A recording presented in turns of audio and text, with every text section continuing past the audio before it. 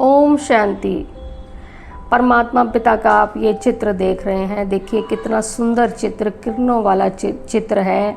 ये किरणें परमात्मा के अंदर के सर्व गुण दर्शाती हैं कि परमात्मा कैसे गुणों का भंडार है, क्या क्या कर्तव्य करता है हमारे लिए और इस सृष्टि पर आता है। अब ये बात वो कैसे अपने बच्चों को ठोक ठोक के समझाता है।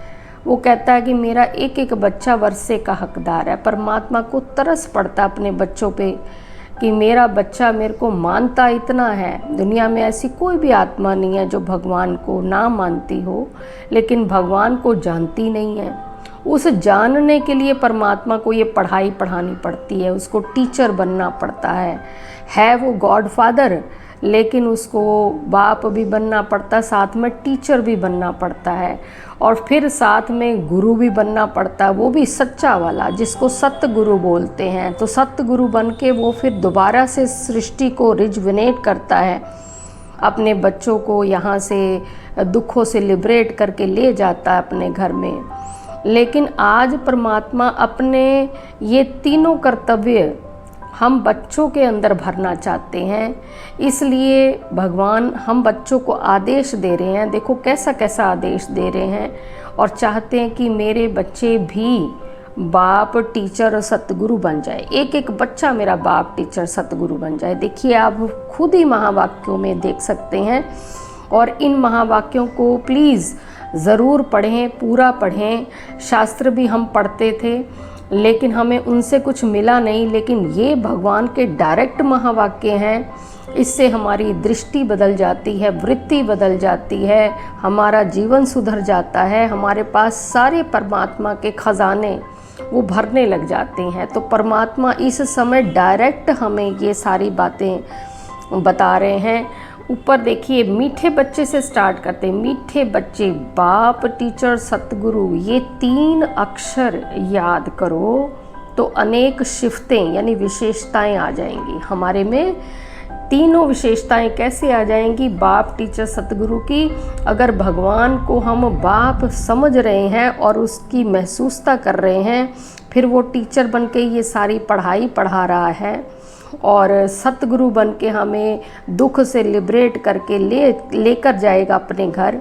तो अगर ये 3 संबंध भी हमने याद कर लिए, समझ लिया परमात्मा को, तो हमारे अंदर उनकी सारी विशेषताएं आ जाएंगी। और फिर परमात्मा, देखिए मैं जो जो अच्छी अच्छी बातें होती ना वो मार्क कर लेती हूँ हरे रंग से। ऐसे ही देखिए किन बच्चों के हर कदम में पद्मों की कमाई जमा होती है। तो जो सर्विस करते हैं ना, सर्विस करके दूसरों को भी समझाते हैं, उनकी पद्मों की कमाई जमा होती है।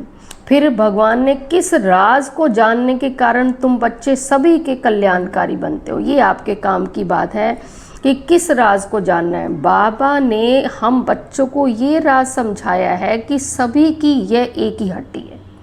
आप भले ही कितने ही सत्संग कर लीजिए, गुरुओं के पास चले जाइए, शास्त्र पढ़ लीजिए, लेकिन भगवान ने डायरेक्ट ये बोल ही दिया है कि अंत में तुम्हें इसी हट्टी पे आना है।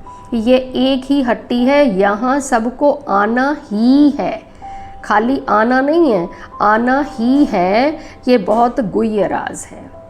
तो इस राज को जानने वाले बच्चे ही सबके कल्याणकारी बनते हैं। फिर ये देखिए, ये भी मैंने एक मार्क किया है। तो भगवान यहाँ पे सिर्फ एक बात समझाते हैं।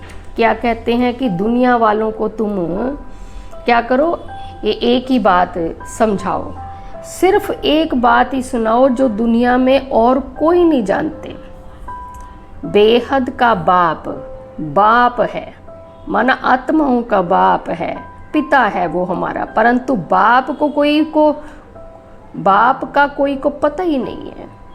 भगवान को भगवान भगवान कह के ऐसे दूर कर दिया, लेकिन बाप का कोई को पता ही नहीं है। सिर्फ ऐसे ही गॉड फादर कहते हैं गॉड फादर, लेकिन भगवान कहते हैं फादर कभी समझते ही नहीं मेरे को, वो टीचर है। अब ये तो कोई की बुद्धि में ही नहीं होगा। बाबा कहते हैं जब बाप नहीं है तो टीचर तो कोई की बुद्धि में नहीं है। स्टूडेंट की बुद्धि में हमेशा टीचर याद रहता है। जो पूरी रीति नहीं पढ़ते हैं उनको अनपढ़ा कहा जाता है। बाबा कहते चलो कोई बात नहीं, हर्जा नहीं है, तुम कुछ भी ना पढ़े हुए हो, ये तो समझ सकते हो ना कि हम भाई भाई हैं, हमारा बाप बेहद का है, बाप आते ही हैं एक धर्म की स्थापना करने, ब्रह्मा द्वारा करते हैं, परंतु लोग कुछ भी समझते ही नहीं है। ईश्वर अगर कभी ना आया हुआ होता तो उनको बुलाते ही क्यों हो कि हे लिबरेटर आओ, हे पतित पावन आओ। जबकि पतित पावन को याद करते हैं फिर शास्त्र क्यों पढ़ते हो भाई, तीर्थों पर क्यों जाते हो, वहाँ बैठा है क्या, कोई जानते ही नहीं है। जबकि पतित पावन ईश्वर है तो गंगा स्नान आदि से कोई पावन हो कैसे सकते हैं। देखो कितनी भगवान ने ऐसे खोल के बात बता दी कि मैं वहाँ तीर्थों पे बैठा हूँ जो मेरे दर्शन करने हैं, लेकिन फिर भी तुम भावना रख के जाते हो तो मैं तुम्हारी भावना का भाड़ा देता हूँ। लेकिन खाली भावना के भाड़े से तुम्हारा जीवन नहीं ना चलता है। इतने सारे जन्म जो तुमने काटने हैं वो जब तक मेरे से वर्षा नहीं मिल जाता है तब तक तुम्हें मिल ही नहीं सकता, तब तक तुम अपना जीवन जी नहीं सकते। अब अंत में जब पता चलेगा और तब तक तो बहुत लेट हो जाएगा। तो इसलिए ये भगवान हमें आदेश दे रहे हैं अपने संदेश के रूप में, तो इस बात को हमें समझना है। जैसे ये देखिए क्या कहते हैं, हमें तो बहुत ही डांट भी पड़ती है साथ के साथ कि सर्विस ही नहीं करते हो, तो समझा जाता है बुद्धि ही नहीं चलती है। माना हम लोग रोज़ महावाक्य ये पढ़ते हैं तो जैसे बुद्धू बैठे हैं, मगर भगवान के रोज़ महावाक्य सुनने जाते हैं, विद्यालय में घर में पढ़ते हैं, लेकिन भगवान को तसल्ली नहीं होती है। क्यों? क्योंकि भगवान कहते जो पढ़ा है मेरे दूसरे बच्चों को समझा तो दो। बाप को समझ ही नहीं सकते हैं, बुद्धू बैठे हुए हैं। पतित पावन बाप को याद करने से ही वर्षा मिलेगा। याद करते करते मरेंगे तो बाप की सब मिल्कियत मिलेगी। बेहद के बाप की मिल्कियत है स्वर्ग। स्वर्ग कोई ऐसे नहीं है, ऊपर नहीं है या महल माड़ियाँ यहाँ पे, उसको स्वर्ग नहीं है, वो तो सोने की नगरी है जो भगवान अपने हर बच्चे को देना चाहता है। कितनी तड़प है उसके अंदर देने के लिए, लेकिन भगवान कहता है मेरे को ढंग से याद तो करो, समझ के याद तो करो। फिर ये देखिए, फिर कहेंगे शिव बाबा, शिव बाबा। फिर दुनिया वाले जो कहते हैं ना, ये देखिए शिव बाबा निराकार है, ये लाइन है, ये मार्क नहीं की हुई है, मैं ऐसे ही पढ़ती हूँ। कहेंगे शिव बाबा तो निराकार है, वो कैसे आते हैं? दुनिया वाले आर्ग्यूमेंट करते हैं ना, अरे भाई तुम्हारी आत्मा भी तो निराकार है, वो कैसे आती है? वो भी तो ऊपर से ही आती है ना पाठ बजाने। ये भी बाप आकर समझाते हैं। अब बैल पर तो आ ना सके, भगवान को बैल पर दिखा दिया ना, अब बोलेगा कैसे? साधारण बूढ़े तन में आते हैं, भगवान अपनी परिचय दे रहे हैं कि साधारण बूढ़े तन में आते हैं। समझाने की भी बड़ी युक्ति चाहिए। ये हमें डांट पड़ रही है कि दूसरों को, मेरे बच्चे जो हैं उनकी बुद्धि पे ताला लगा हुआ है, उनका कोई कसूर नहीं है, लेकिन तुम तो युक्ति से समझाओ, तुम्हें मैं अच्छे से समझा रहा हूँ। फिर देखिए ये फिर कहते हैं, बाबा को कई बच्चे उल्हाना देते हैं कि बाबा हमें सर्विस नहीं मिलती है। अरे सर्विस तो बहुत कर सकते हो, सर्विस तो बहुत कर सकते हो। गंगा जी पर जाकर बैठ जाओ, बोलो ये पानी में स्नान करने से क्या होगा, क्या पावन बन जाएंगे? तुम तो भगवान को कहते हो ना कि हे पतित पावन आओ, आकर पावन बनाओ। फिर वो पतित पावन है या ये है, ये माना नदी है, ये गंगा नदी, तो ऐसी नदियाँ तो ढेर सारी हैं। बाप पतित पावन तो एक ही है ना। ये पानी की नदियाँ तो सदैव है ही हैं, माना सतयुग में भी होंगी। तो बाप को तो पावन बनाने के लिए आना पड़ता है। देखो कितनी भगवान ने ऐसे सीधी सीधी बात बिल्कुल समझाई है, कोई तोड़ मरोड़ नहीं करके समझाया। और एक ही महावाक्य ये पूरे वर्ल्ड में चलते हैं, चाहे कोई टीचर पढ़ रहा है, वरिष्ठ भाई बहन पढ़ रहा है, चाहे जिज्ञासु, चाहे माताएं, चाहे कोई किसी और धर्म का, तो सबके लिए परमात्मा तो एक ही है ना। फिर क्या कहते हैं कि बाप तो अनेक प्रकार की सर्विस की युक्तियां समझाते हैं। अब ये युक्तियां आपको क्यों बताई जा रही हैं? क्योंकि आज बाबा ने बोला है कि मेरा हर एक बच्चा टीचर भी बन जाए, सतगुरु भी बन जाए, दूसरों का कल्याण करने वाला बन जाए, दूसरों को बाप की बात समझाने वाला बन जाए। इसलिए युक्तियाँ समझा रहे हैं। क्या युक्तियाँ समझा रहे हैं? ये सर्विस करने की, दूसरे बच्चों को समझाने के लिए। कैसी युक्तियाँ हैं? कि बुद्धू भी ना बनो।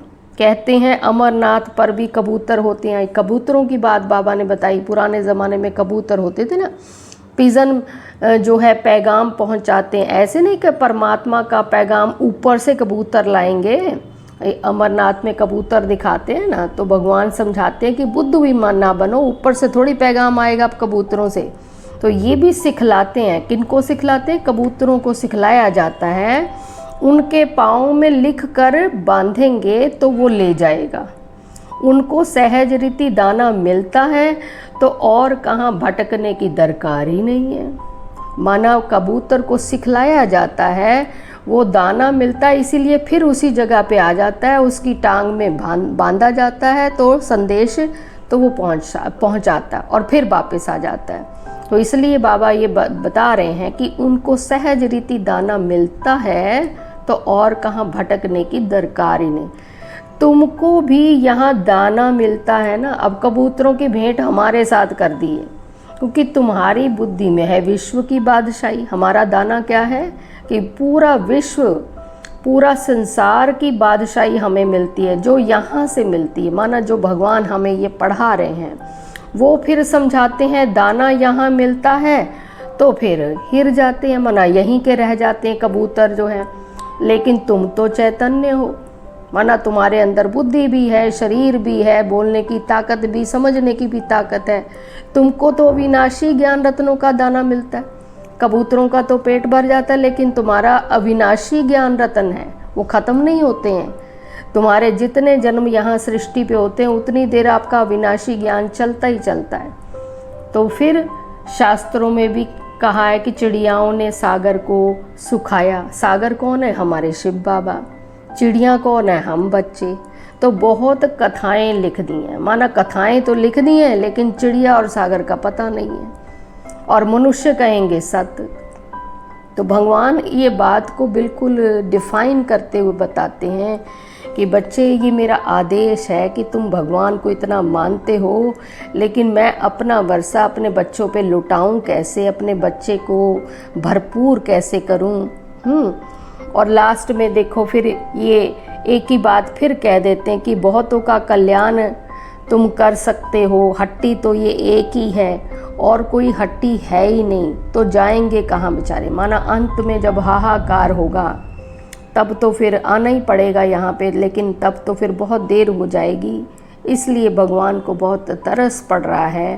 तो ये महावाक्य कोई भी किसी भी प्रकार से आते हैं हमारे पास, तो आपको जो है इसको अच्छे से पढ़ने हैं, ताकि इससे जो है आपको समझ में आ जाए कि भगवान हमें कहना क्या चाह रहे हैं। कि बहुतों का कल्याण कर सकते हो, हट्टी तो एक ही है और कोई हट्टी है नहीं, तो जाएंगे कहाँ। तो आज के महावाक्यों में भगवान का संदेश सुनाया गया है आदेश के रूप में कि सर्विस भी करो, टीचर भी तुम ही बनो, सतगुरु भी तुम भी बनो, और बाप बन के, दाता बन के सबकी पालना भी करो, ताकि आपके ही भाई बहनों का कल्याण हो जाए और आपको पद्मों की कमाई जमा हो जाए आपकी।